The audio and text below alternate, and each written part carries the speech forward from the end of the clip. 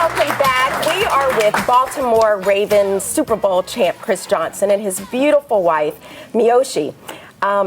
Chris has said that from the beginning, there was just a spark and a connection between he and his wife. And they have taken that same passion and that energy and that spark and shared it with our community and have given back so much in so many ways. The only other way you probably could have given back was to become a Dallas Cowboys player. Like, why didn't you share those gifts and talents with us? I mean, I just have to go where God lead me. So. Oh, he gonna pull that. Lord, that just totally blew me away.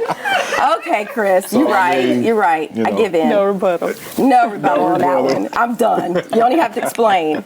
Wow. Well, thank you for coming on. Welcome. We had a chance to talk to Chris. Did you think he did a good job? I think he did good. Yeah. I'm proud of him. Slid the anniversary on in there. I saw that. Got That some was brownie smooth. points. Yeah, that's real smooth.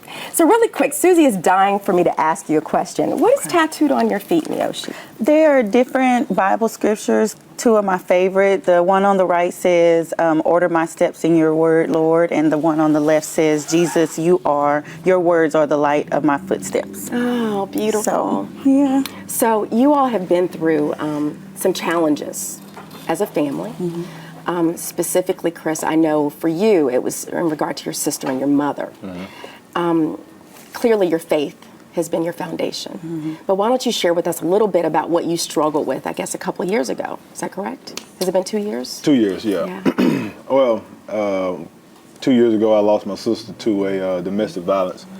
And I mean, she was pretty much the backbone of the family. Mm-hmm. And the way that we received that call, I mean, I tell people on a daily basis, you know, it was probably the lowest point in my life to be at work and to hear someone say that your sister has passed. I mean, that was just, I couldn't think, and at that point in time, you know, my body just didn't have no air anymore. Did you see it coming? I seen it coming, but I didn't think it was going to get to that point. I think, you know, I never thought about her passing, but, you know, seeing pictures on a daily basis and just remembering her, I mean, it's you know, I listened to Marvin Sapp's testimony, and that's the reason I think to this day that I'm where I'm at, because he went through things in his life, and for me to go through that, I think that's something that have kept me over the last 2 years afloat. Do you believe that this incident, and Mioshi, you can speak to this, has been the thing that's kind of built your faith and your spiritual foundation?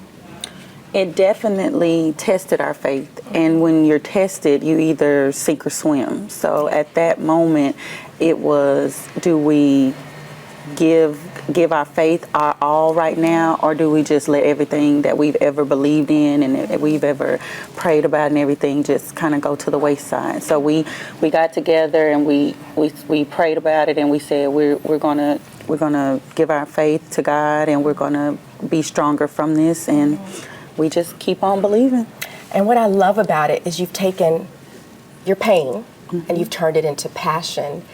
And I believe that's so important. And you started a foundation. Tell us about your foundation. Well, mine is geared towards at-risk youth and also athletes. And the last 2 years, I have actually started speaking to women about domestic violence. I think that's a very, very big thing, just not in Texas, but around the world, that women need to understand how to get out of domestic violent relationships.